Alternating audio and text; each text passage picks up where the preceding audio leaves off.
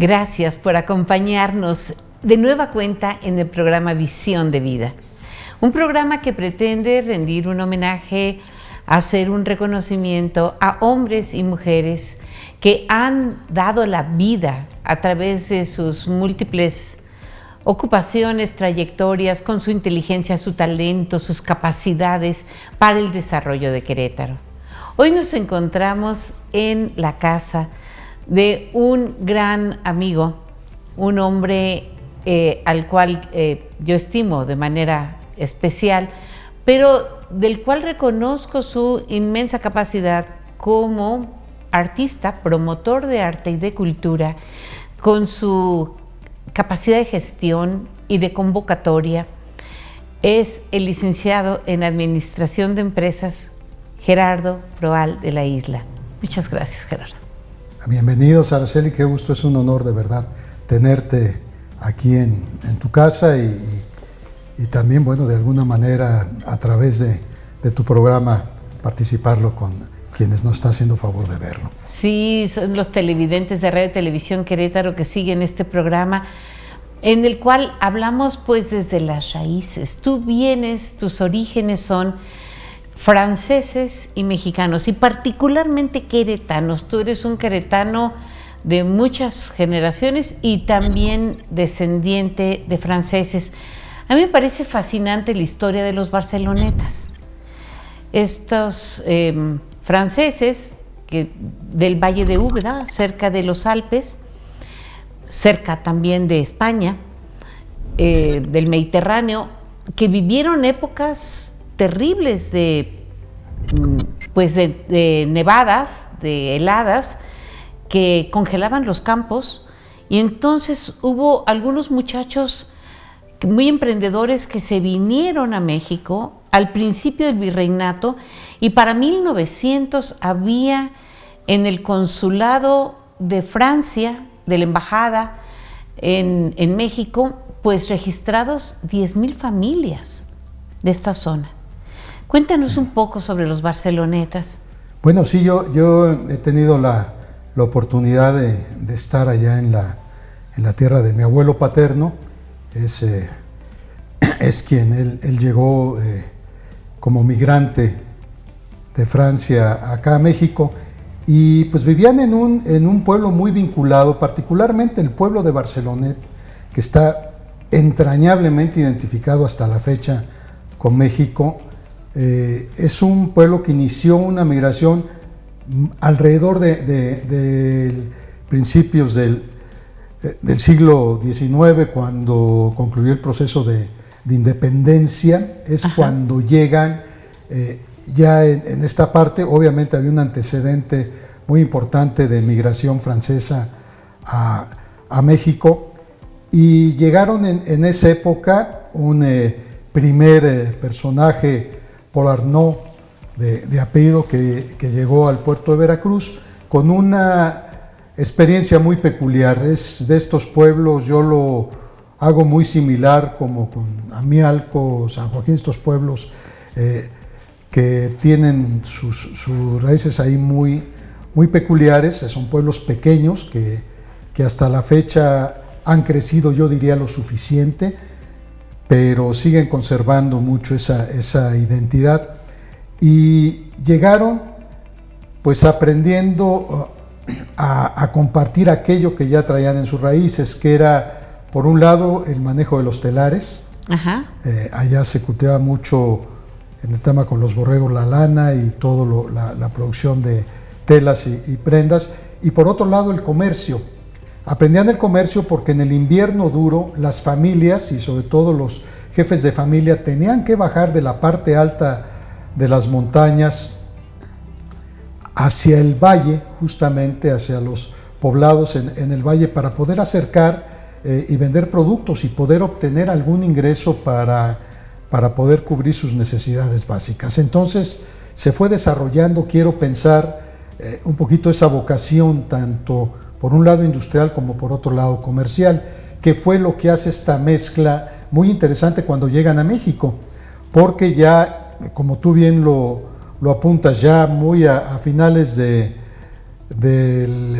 siglo XIX y principios del siglo XX, pues ya era un número importante de familias que además estaban con aquellos almacenes que hasta la fecha siguen. Estoy hablándote de Liverpool, de Palacio de Hierro, de Fábricas de Francia, el concepto de la Ciudad de México, que nosotros lo tuvimos aquí en Querétaro, pero que se repetía el nombre en diferentes ciudades en el centro del país, y en una franja que abarcó, pues yo diría, de Veracruz hacia el centro del país hasta Guadalajara, por supuesto, y de ahí en una parte importante al norte, con presencia pues tanto en Puebla, en la Ciudad de México y en varios lugares que desarrollaron pues esta actividad comercial que de alguna manera pues ha dejado huella, claro, y que de alguna forma generó una mezcla interesante, porque lo curioso es que venían jóvenes a vivir literalmente una aventura, sí, como decimos coloquialmente, con una mano adelante y una atrás en buscar alguna oportunidad lejos de su hogar. Y aquí encontraban no solo las oportunidades, sino en ocasiones también sus razones de vida. Claro. Encontraban y la formaron pareja, familias. formaron familias, y entonces muchas mujeres mexicanas se regresaron a vivir a este pueblo de Francia, y comenzó a darse una mezcla cultural interesantísima en tema culinario, en tema de arte y cultura, y por supuesto también, bueno, en costumbres y en las calles. Todas las calles, o la gran mayoría de las calles allá en el pueblo de Barcelonet, llevan nombres mexicanos. Sí, y se hacen las fiestas, y se visten de charro, y se ponen los sombreros y los trajes de china poblana. Sí, en el mes de julio hacen la celebración del festival anual de mariachi. Son sí, mariachis en todas las plazas, es una fiesta increíble, y me llama mucho la atención, por ejemplo, que en el ayuntamiento en esos días se coloca la bandera de México. Sí, una maravilla. Está en la Mira, recepción, es muy interesante. Nuestro país ha sido, por ejemplo, la cuna del exilio de los republicanos en la Guerra Civil Española, y ha abierto las puertas a los chilenos, a los sudamericanos, a los libaneses, a chinos, a japoneses, a gente de muchas partes del mundo que se han encontrado en México como en su patria. En tu caso, don Clemente Proal nació en México, pero al llegar tu padre, al llegar la Revolución Mexicana, o la posrevolución. Sí, se dio un poquito en la mezcla. Mira, mi abuelo llegó a México en el año de 1904. Uh-huh. Previo, yo creo que ya comenzaban a gestarse movimientos en aquella etapa. Él llegó colaborando y trabajando para el puerto de Liverpool. En algún tema de relaciones comerciales lo enviaron a Querétaro a administrar algún negocio que finalmente se quedó, él negoció quedarse con él. Aquí conoció a mi abuela queretana, y se casaron.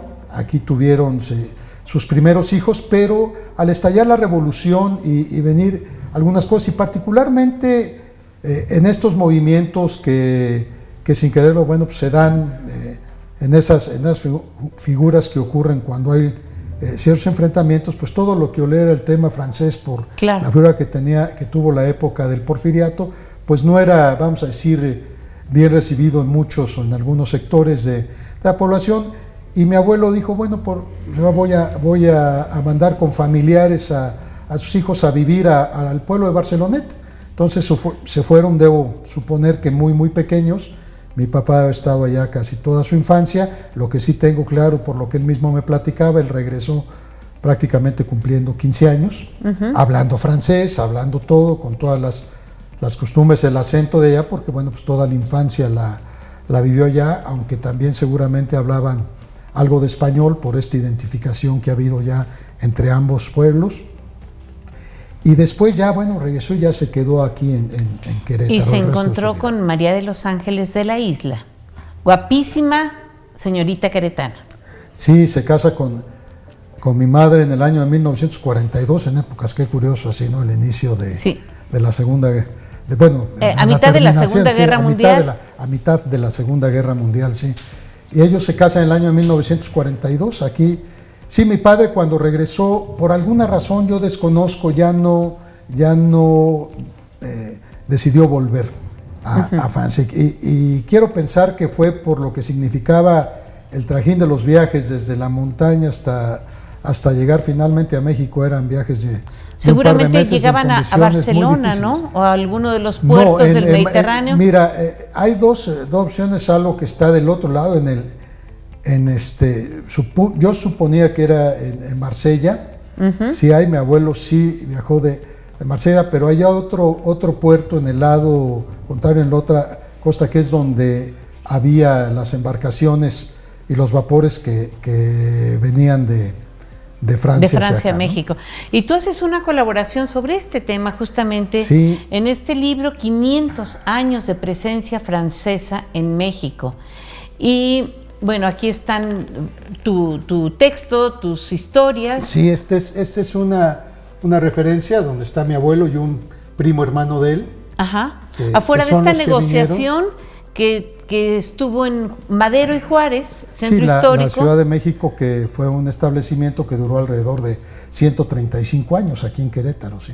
Y todavía te tocó a ti dirigirlo, todavía, en sus últimos años. Me tocó los últimos años, me tocó cerrarla en la época cuando se cierra el centro de la ciudad, cuando cambia un poquito todo este contexto urbano de la ciudad y cambian algunas cosas.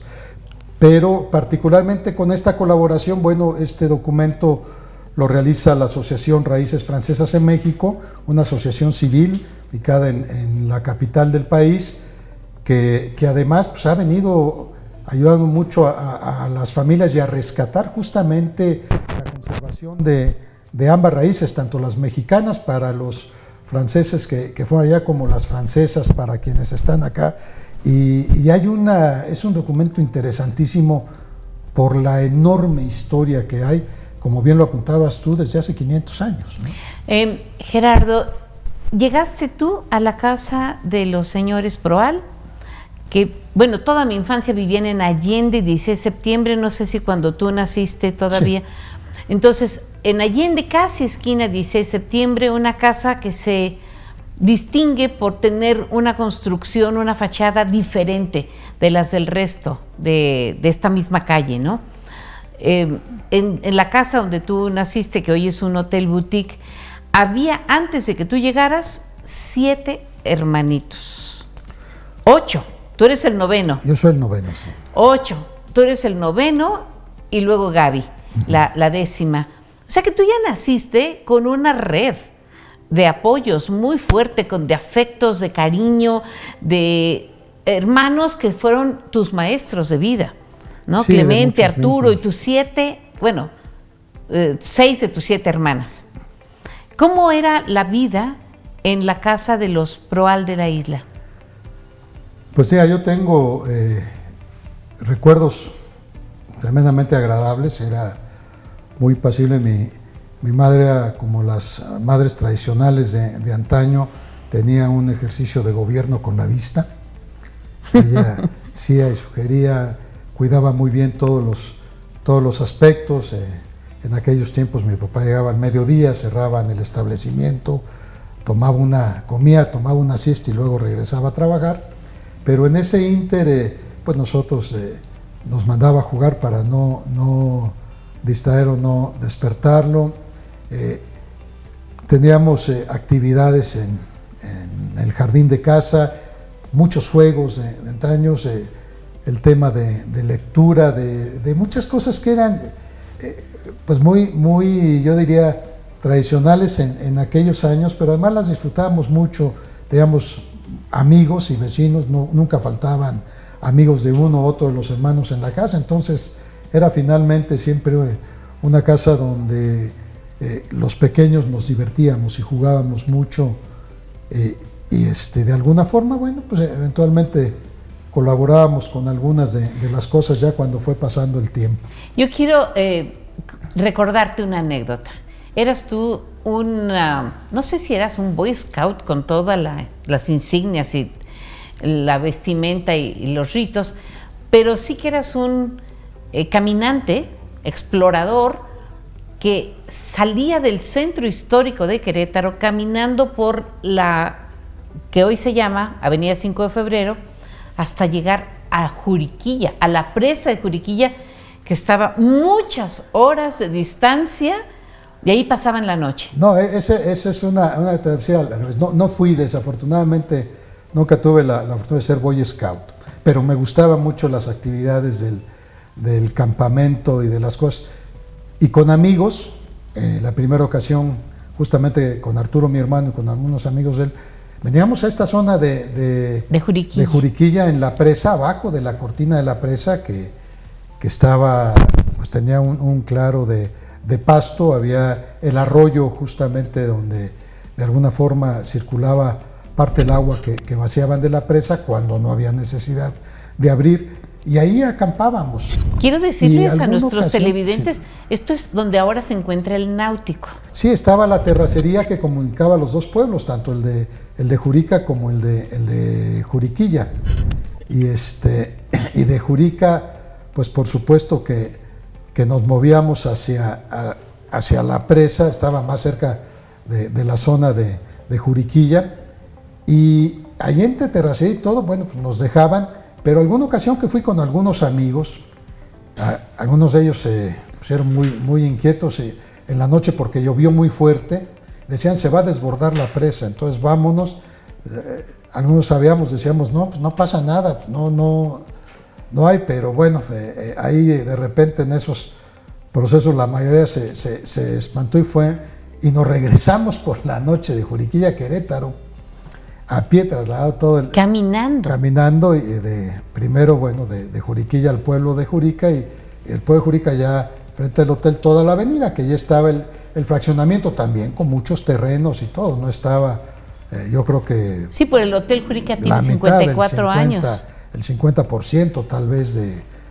Una experiencia muy interesante, bastante ociosa en el tema ya de que no había ninguna necesidad de haber hecho, pero siempre fue parte de la aventura que uno disfruta como muchacho, ¿no? Tú fuiste bautizado en el templo de Santa Clara y allí fuiste monaguillo. A ver, 1605, Diego de Tapia, hijo de Fernando de Tapia, fundador de Querétaro, creó el patronato de Santa Clara para poder traer a su hija María Luisa del Espíritu Santo, monja de velo negro y con derecho a voto, para traerla de la Ciudad de México, que es, o sea, de la capital del virreinato, que es donde estaba esta chiquita, profesando como monja, y se creó uno de los conventos más grandes, ricos, bellos de la Nueva España. Tú en el año 2009, al final del 2009, reconstituiste el patronato de Santa Clara. Bueno, colaboramos con un grupo de personas, ¿sabes? Para hacer un trabajo. Todavía estaba en aquellos años de párroco el padre Jorge Valencia, ajá, que coincidimos en un tema. Es una anécdota muy simpática. Un amigo común, en paz descanse, Miguel Bringas, sí, lo invitó a una exposición mía que yo presentaba justamente en el Congreso del Estado, que en aquellos años ¿Cuál era tu exposición? En la Casa Monta era... ¿Belleza entre espinas? No fue la de Belleza entre espinas, fue el retrato de personajes de muchos poblados indígenas. Ajá. Era una serie de retratos, y esto pues lo presentamos allí en el Congreso. El padre fue a la exposición, y ya al terminar la ceremonia de inauguración, un poquito en el convivio, teniendo la oportunidad de saludarlo, y le digo, oye, fíjate que a mí me encantaría,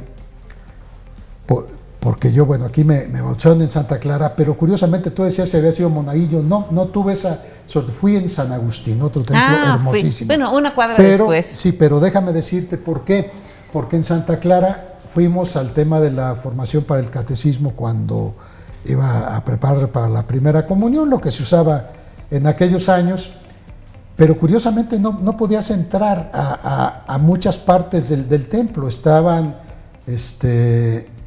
sin acceso para quienes pues éramos ajenos Sí. Seguramente el coro alto, el coro bajo. El coro alto, el coro. Y yo veía en las rejas del coro bajo, me llamaba mucho la atención esto y lo que había. Y pues platicando ese día con el padre, le dije, tengo muchas ganas de tomar fotografía, de hacer un... Y me dijo, Gerardo, es tu casa, el día que quieras, ve.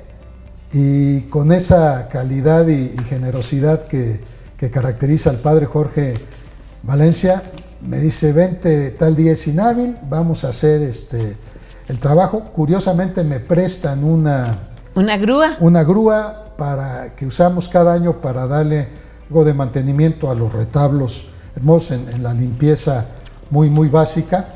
Y me dijo, si te animas, pues puedes tomar ahí algunas fotos. No, le dije, por supuesto que sí.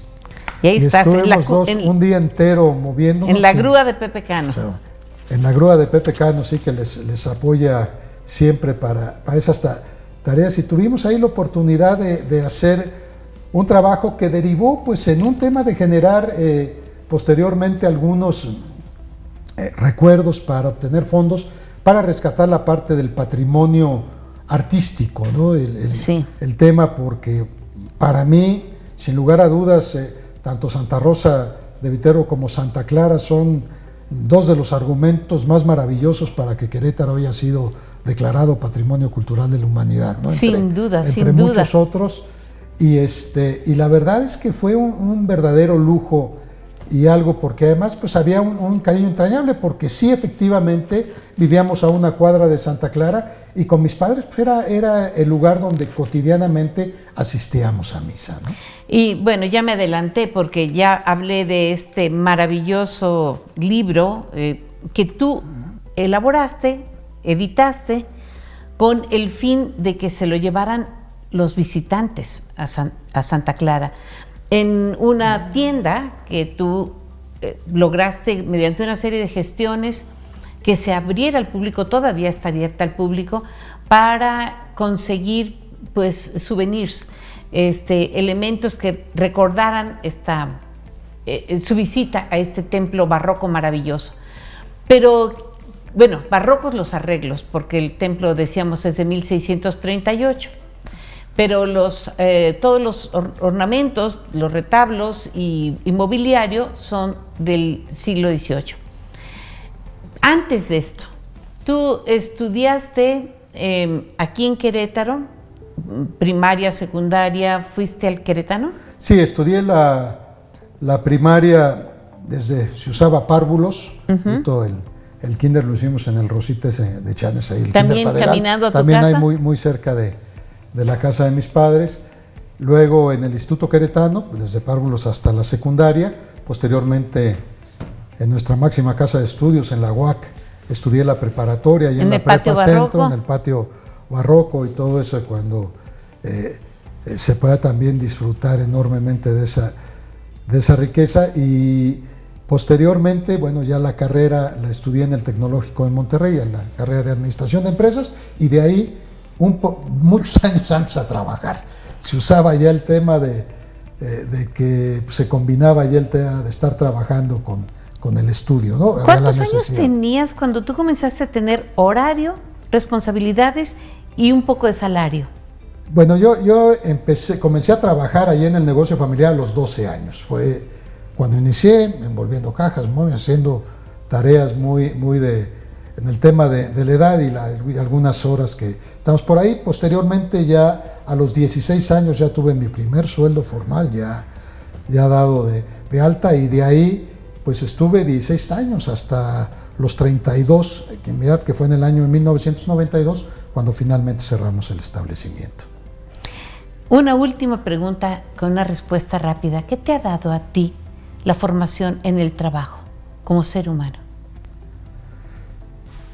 Un respeto y un valor entrañable a poder vivir con mucha dignidad y con mucho orgullo, diría yo, en el tema. Creo que me ha enseñado a valorar las cosas importantes. Bien, pues muchas gracias. Estamos con Gerardo Proal de la Isla, licenciado en Administración de Empresas, un queretano que ha dado muchísimo de su talento, capacidad e inteligencia por muchos proyectos de Querétaro. Estamos con Gerardo Proal de la Isla, un queretano que ha dado mucho de sí, de su capacidad de inteligencia, capacidad de gestión, para muchos proyectos que han redundado en el desarrollo de Querétaro. Vamos a ir a una pequeña pausa, por favor, usted no se vaya. Gracias por continuar con nosotros en Visión de Vida.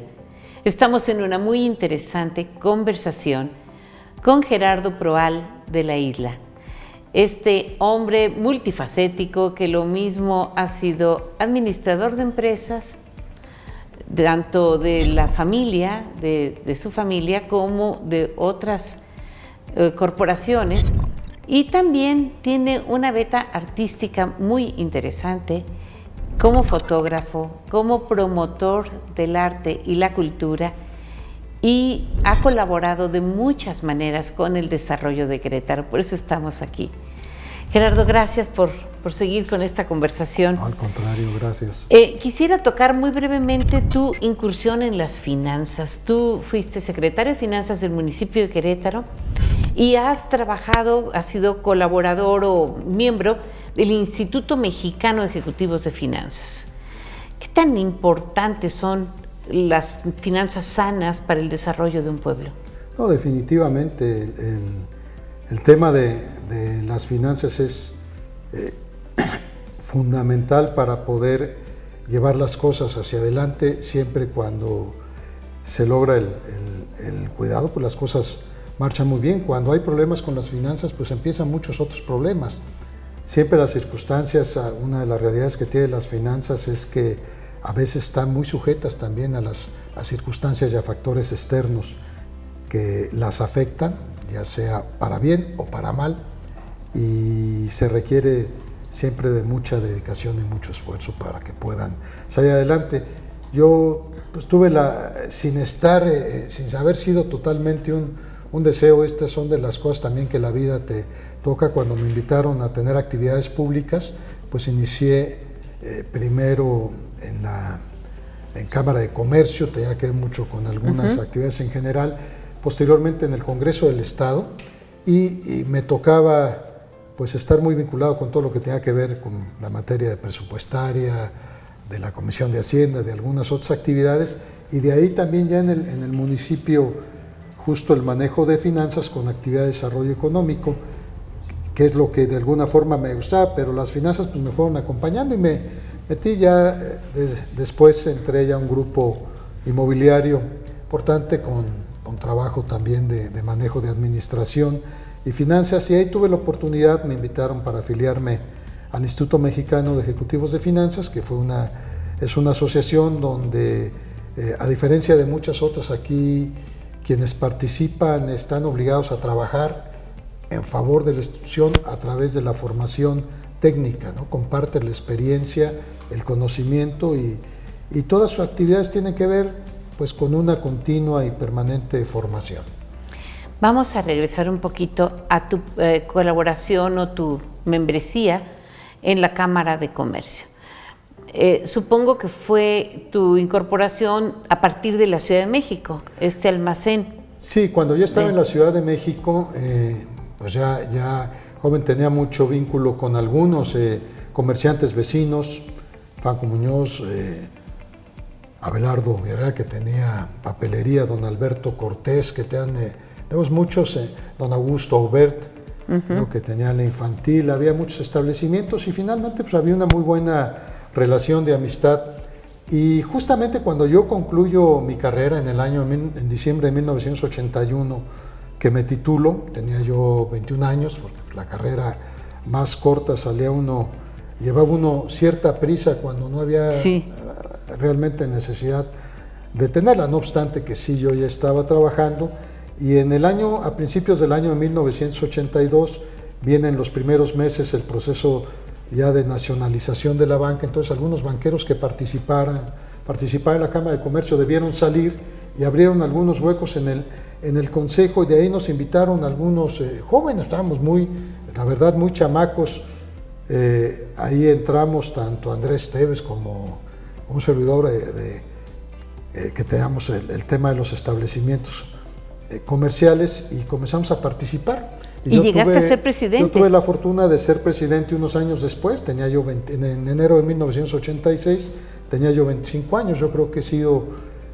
si no el presidente más joven, pues de los más jóvenes en la historia de la Cámara de Comercio, una experiencia también formidable y entrañable que hasta la fecha pues se mantiene un vínculo con mucha gente que ha pasado a través de sus consejos.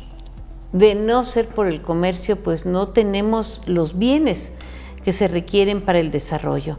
Y hablando del desarrollo, a ti te ha tocado ser testigo y de alguna manera, pues un actor con responsabilidades importantísimas en el desarrollo inmobiliario, en la construcción de nuevos espacios, como donde está tu casa, ¿no? Tienes la oportunidad de vivir en uno de los espacios que viste transformar de terreno baldío en una zona muy... Sí, cuando me invitaron a colaborar al grupo de RT en el año de 1998, estuvimos por ahí poco más de 16 años, pues nos tocó toda esta etapa del crecimiento importante de Querétaro después de pues que se detona cuando el sismo de 1985 comienza un crecimiento, pero es particularmente a partir ya de finales del siglo XX y inicios de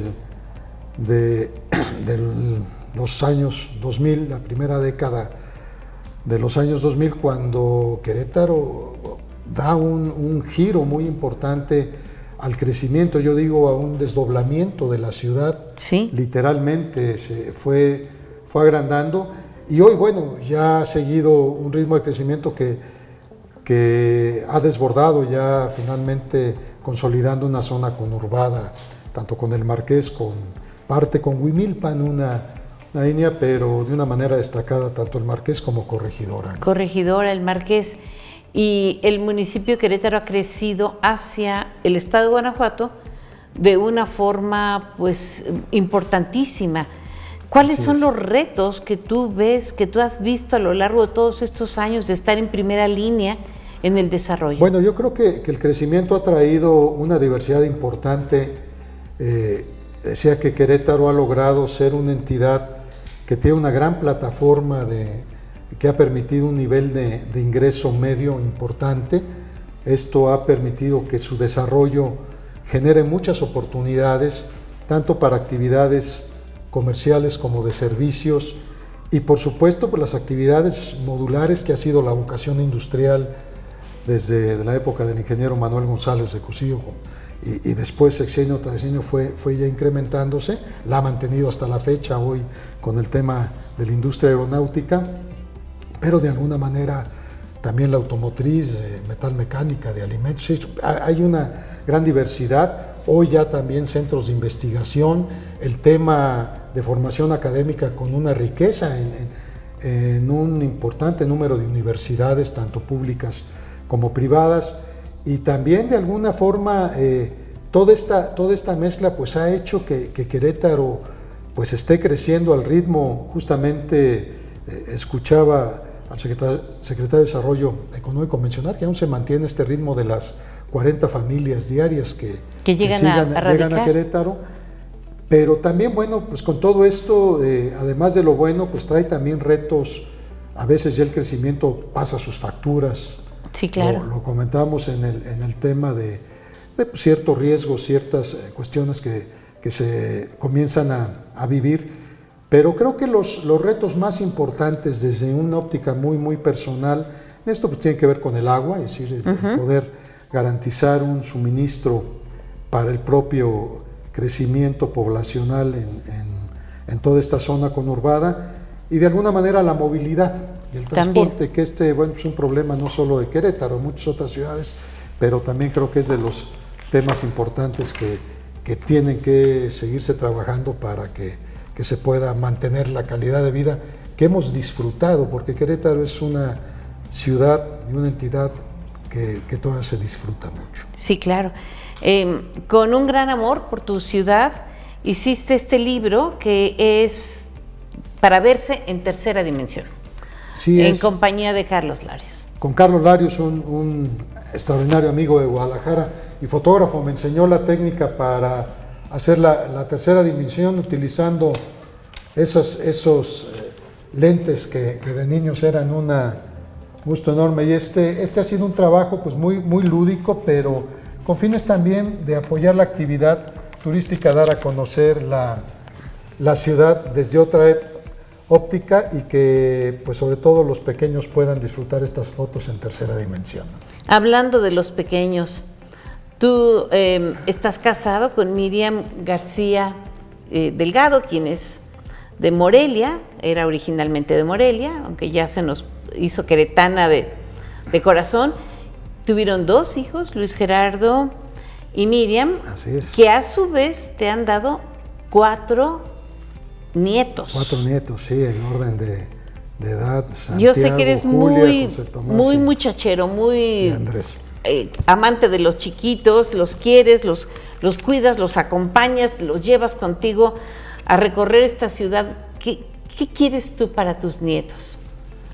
Yo aspiro a que puedan tener finalmente este tema de déjame hacer nomás el programa, porque el tema de la fotografía me ha permitido conocer otros lugares que yo no tendría oportunidad de conocerlos en mi formación administrativa, sí, lugares de reservas de vida salvaje, de paisajes, de otras condiciones, y esto me ha hecho pues amar realmente, es decir, darte cuenta de que tenemos un planeta extraordinario y que la verdad merece el cuidado. Yo lo que aspiro es que mis nietos puedan tener toda la gran oportunidad de vivir en un planeta que nos trate más amablemente, es decir, que el cambio climático no sea una de esas facturas terribles que es para toda la humanidad, que realmente se pueda ir controlando y pueda tener un aspecto de reversión, y que pues podamos ir conservando para que ellos a su vez pues puedan tener esa misma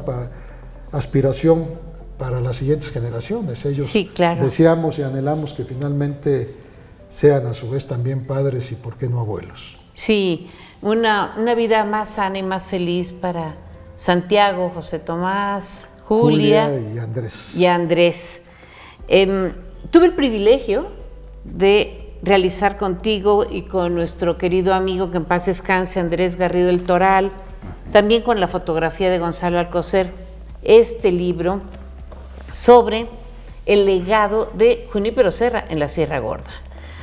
¿Qué recuerdos te trae? Bueno, primero el privilegio fue mío, ¿sí? La oportunidad de fortalecer mucho en aquel recorrido que hizo todo el equipo de producción del libro para tomar algunas fotografías, el tener la oportunidad de escucharlos tanto a Andrés como a ti, de aprender tanto de esta historia, en lo que coincidió justamente con los 300 años del natalicio de Junípero Serra. En aquel entonces, sí, de Fray Junípero. En aquel tiempo beato. Todavía, entonces sí, hoy ya San Junípero Serra.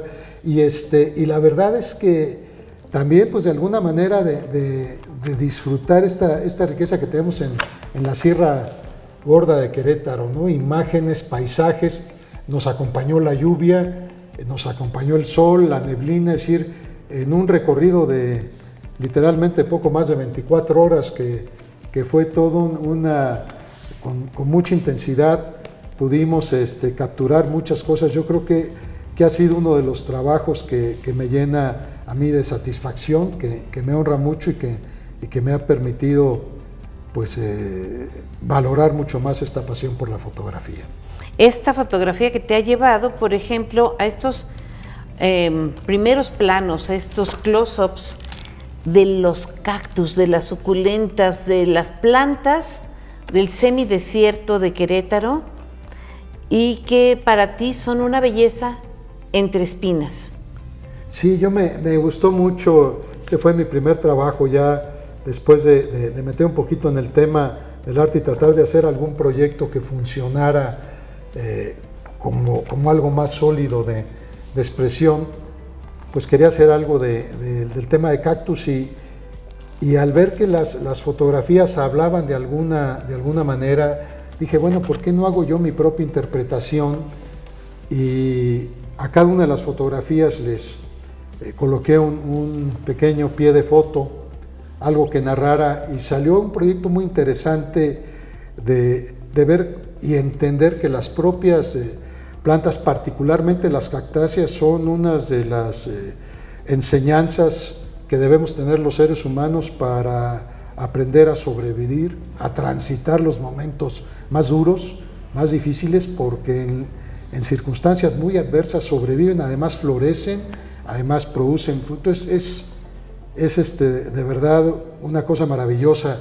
Y luego que aquí pues nos acompañara también el ingeniero Emiliano Sánchez, ¿no? Sí. Creo que él, bueno, ha dedicado su vida para todo este tema de las cactáceas, y a una persona al que le aprendes de una manera formidable mucho de este conocimiento, y al convertirlo en una expresión artística, pues simplemente dije, bueno, aquí está algo que las plantas nos transmiten, claro, y que nos permiten aprender.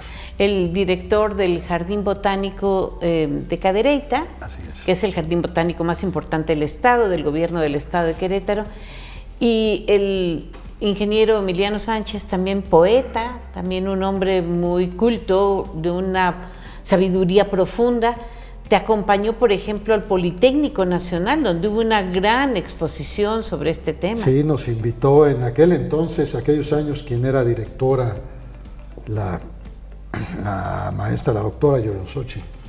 Y muy, muy interesante esa experiencia de estar en un recinto como el Jaime Torres Bodet, hacer una exposición, y luego también la otra, Sobrevivir, se llamaba esta otra exposición que comentábamos hace un rato también, de fotos de personajes, que estuvo en todas las rejas del Politécnico. Sí. Fue una experiencia maravillosa. Exposiciones tuyas en el Festival Cultural de Zacatecas, en muchas otras partes, y de hecho pues has obtenido premios. Bueno, tuviste una exposición en Murcia, en España. Sí, tuve una invitación para exponer ahí en España, inicialmente en Murcia, de ahí la movieron algún par de lados, a Holanda. Y bueno, pues de alguna manera la fotografía nos abrió la oportunidad de conocer muchos otros lugares. Fotografía de paisaje, fotografía de animales, sobre todo en su entorno, animales que se denominan salvajes o se clasifican como salvajes, en lugares como Alaska o Brasil. Aquí en la selva de Campeche también, en Calakmul, algunas otras zonas. ¿Qué pasa contigo? ¿Cómo te transforma el estar con una cámara en condiciones difíciles? Porque me imagino que a veces no habrá comodidades en medio de la selva o de la tundra, con frío, con calor, con no poderte mover mucho, para poder captar ese momento del oso, del salmón, del venado. ¿Qué te lleva a ti? ¿De qué manera enriquece tu vida este proceso? Yo creo que es honrar la vida, es un premio, es un regalo, la oportunidad de capturar alguna imagen de alguna. Justamente, sabes que he estado escribiendo también ya durante varios años, publicando una columna donde combino la escritura y también la fotografía. En el Universal Querétaro. Justamente la que mandé, que todavía no se ha publicado, El borde del silencio, y hablo justamente de ese momento. Aparece los jueves. Antes del amanecer, cuando está la oscuridad total, cuando va uno a prepararse para tomar fotografía de fauna, hay un momento que tienes que hacerlo en la oscuridad, antes de que los animales comiencen a estar totalmente preparado con algún refugio hecho de ramas, o de estas tiendas equivalentes a tienda de campaña que se llama Blind, y cosas de este tipo con la cámara. Pero hay una especie yo diría, de un momento donde el silencio es absoluto, donde te conectas con la naturaleza, y hay una introspección fabulosa, y eso para mí, ya lo he sentido un par de ocasiones, es una cuestión maravillosa. Y después, en el momento que ya viene la fotografía, y si te toca algún espécimen salvaje, bueno, yo les platicé a algunos amigos que sienten con la adrenalina de aventarse alguna cosa que yo nunca lo haría. Pero ellos me dicen, bueno, yo tampoco me pararía enfrente de un jaguar a tomarle fotografía. Ya lo creo. O sea, se combina esas dos emociones y vas a cosas que sobre todo te nutren mucho el espíritu y te complementan de una manera importante. Mira, uno de mis propósitos al hacer estas conversaciones, estas entrevistas, es guiar de alguna forma a las nuevas generaciones, estos muchachos que nos están viendo, sus padres, sus maestros, para que hagan de la cámara de su celular o de la cámara vieja del abuelo o de una cámara que compren de segunda en alguna tienda una herramienta de conocimiento del mundo, pero más que nada de sí mismos, para que vivan estos momentos eureka, estos momentos que son una epifanía, que son una cascada de energía, de endorfinas, que te hagan sentir más humano, sí, un ser vivo en el planeta con un propósito específico. Sí, totalmente. La fotografía es un espacio y un elemento que te permite encontrar historias, porque además hay un momento cuando tomas la fotografía, pero hay otro cuando la ves, cuando la interpretas. Y por supuesto también cuando conoces lo que otros interpretan, porque cuando la compartes y alguien te da algo más, entonces es muy, muy enriquecedor. Y esto, yo lo decía mucho, te enseña a respetar y a valorar mucho también a los demás. Creo que eso es algo que hemos platicado en diversas ocasiones, Araceli. El arte y este tipo de actividades que inician con esto son maravillosas para poder abrirle a los demás un espacio de comunicación. A mí me lo decía alguna persona, yo era, la gran mayoría de mi vida fui muy reservado, más discreto, no expresaba tanto. A raíz de esto, bueno, pues fue como abrir una llave y comenzar a expresar muchas cosas que tienen que ver con las emociones, con las ilusiones, con los sentimientos, con qué sé yo, ¿no? Entonces, creo que esa es la parte interesante de la transformación de las personas. A principios del año 2009, en el Centro Cultural Educativo del Estado, Manuel Gómez Morín, presentaste la Fundación DRT, que tiene un fin de transmisión de cultura, de apertura de espacios para el arte, edición de libros, gestión de exposiciones y también en apoyo a los artistas plásticos y a muchas instituciones, subastas y arte, venta de arte. Es decir, abriste una serie de canales para el desarrollo del arte y la cultura en Querétaro, que incluso tenían fines ulteriores de ayuda a instituciones como Casas Hogar o como otros organismos. ¿Qué te lleva a hacer todo esto? Porque además tenías un trabajo de tiempo completo. Sí, ahí fui yo creo que realmente un mero instrumento para poder generar una visión que mis jefes en aquel entonces, tanto el doctor Víctor Mena como José Roscos, que en paz descanse, tuvieron de crear y de encomendarnos esta tarea en la que tú también te sumaste un tiempo muy, muy importante. Creo que lo que movió fue esa oportunidad. Fue muy curioso, era un tema de hacer alguna tarea que pudiera abrir un poquito más de contacto con la sociedad.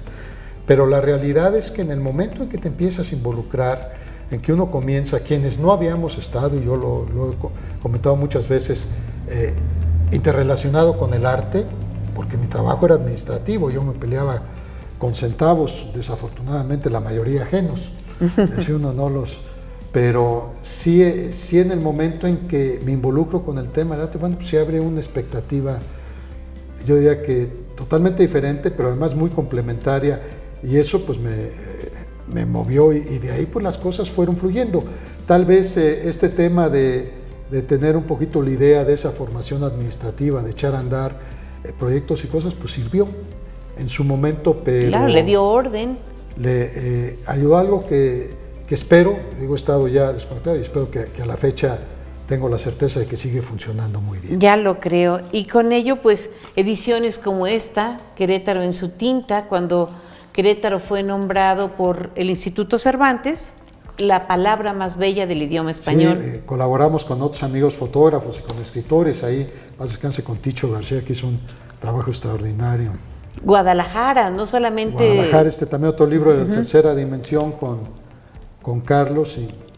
Y un poco tocando la parte, digamos, sensual, la belleza del cuerpo femenino, hiciste que una modelo jugara con un chelo. Con un chelo, sí, hicimos un ejercicio de fotografía. La verdad es que no tenía un proyecto del propio ejercicio, salió la idea y logramos armar una acción en algo que también yo ya como fotógrafo pretendía de alguna manera explorar y trabajar, y salió este proyecto de Notas de Amor.